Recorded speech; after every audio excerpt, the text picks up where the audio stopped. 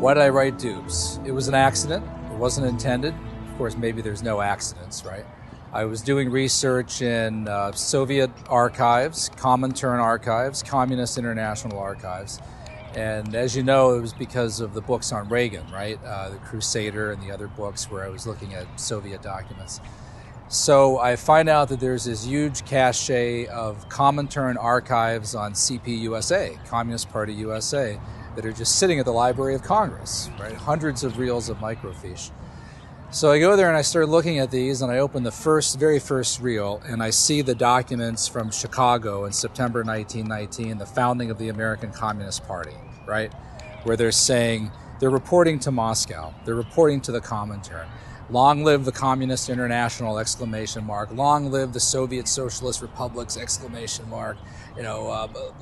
Workers of the world unite, and so on. Oh, we've got a little something here. And then just the fact that the American communists were reporting everything to headquarters in Moscow confirmed what anti-communists have been saying all along, that these people were committed to the Soviets. And it took me maybe 20 minutes more of reading to come to the clear conclusion that they weren't just another political party in the United States, they were loyal Soviet patriots. Dupes was a term that was first coined, it's hard to say when it was first coined, but it goes back to the founding of the American Republic. I mean, people will be shocked to know that George Washington warned about dupes in his farewell address. In fact, to bring this to the founding from an economic perspective, Adam Smith, who was not American, but he was a pen pal of Ben Franklin, Adam Smith warned of dupes in The Wealth of Nations. So this term has been around for a long, long time.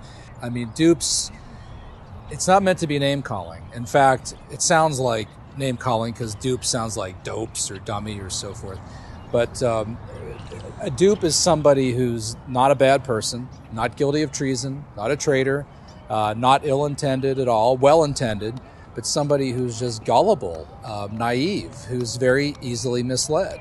And by being misled, becomes an unwitting participant in aiding and abetting America's adversaries. And the communists were really, really adept at duping. I mean, I can't think of any ideology, any political group, I mean, literally in all of history, that sounds like a big deal, right, a sweeping statement, that works so hard at the crass art of propaganda and of deliberately trying to manipulate progressives and liberals. And by the way, people will say, this is an unfair shot at the left, right? Progressives and liberals. Well, this was a battle within the left. I mean, the communists didn't target conservatives. I mean, they're not going to target anti-communists. So, I mean, they targeted liberals and progressives whom they agreed with on some things, but who weren't communists.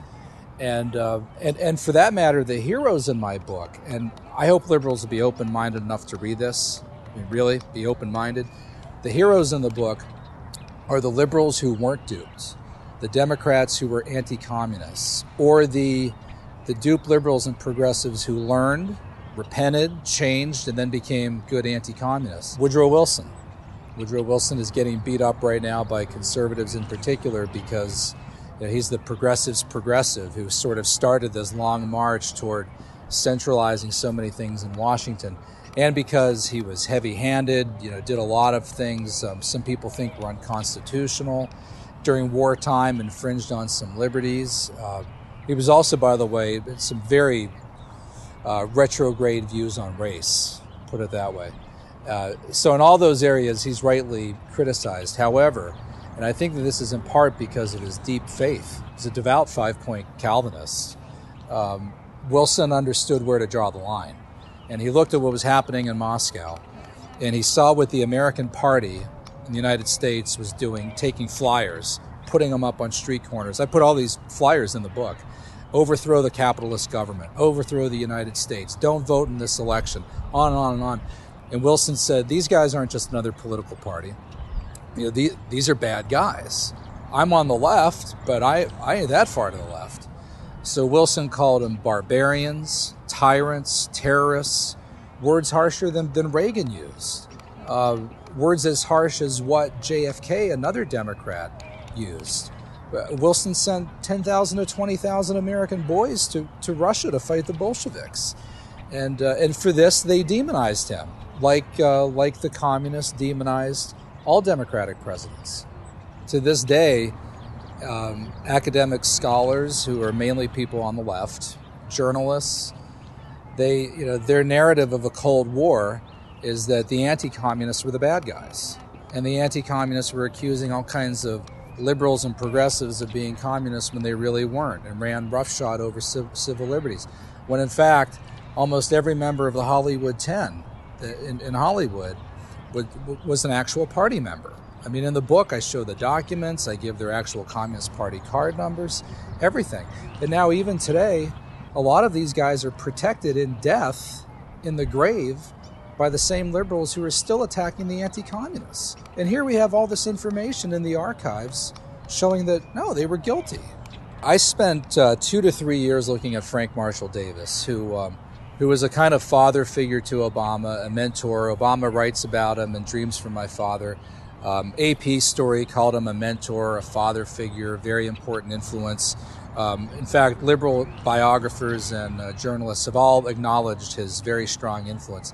What they won't touch, but everybody on the right is jumping all over, were the accusations that Davis was a communist. And so I spent 3 years trying to determine if Davis was a duped liberal or a duping communist. And I got all of his columns from 1949 to 1950 from the Honolulu Record. The Honolulu Record was the CPUSA organ in Hawaii. Got them on electronically and on microfiche, hard copy, through the work of 2 Grove City College students, by the way. And I read those week to week, and it took, again, just a half an hour of reading where I said, this is the Soviet line. I mean, only Stalin and Molotov were arguing this. He's got to be a communist. He just has to. But of course, there's not enough evidence, so I looked at the Senate committee reports. He was called to testify before the Senate in 1956, pleaded the Fifth Amendment. Congress eventually identified him as a, quote, identified member of the Communist Party, unquote. And then just a few months before this book went to press, I got Davis's 600-page FBI file, declassified through FOIA requests that a colleague of mine submitted, and took me maybe 30 minutes of reading before I said, oh, there's no question he was a communist. And then it's just a matter of going through and finding the smoking guns. And on page 507 of Dupes, of my book, we begin an appendix of about 10 to 12 pages from Davis's FBI file. And the first page on page 507, FBI document, lists Davis's actual Communist Party card number, which was 47544. And that's the kind of irrefutable high-level evidence that resolves a question. So, yeah, Barack Obama had a mentor, very important influence, fatherly figure in the late 70s, who was a communist, pro-Soviet, pro-Stalin, who demonized Harry Truman, George Marshall, called the Marshall Plan fascist, colonial, racist, said Truman was trying to take over Russia, called Truman a fascist, said he was trying to start World War III. Now the key question would be, how much of that did Obama take away? I mean, how much of that did Obama believe? And that's the big question. And that's something I can't resolve because my book's not about Obama. But look, when you do any historical investigation of any political figure, you start with the mentors. I mean, Reagan, it was Ben Cleaver at the First Christian Church in Dixon, Illinois, describing America as a kind of shining city upon a hill. Hillary Clinton, it was a pastor. George W. Bush, pastors. With Obama, you've got this unbelievably fringe, anti-American at one point figure named Davis.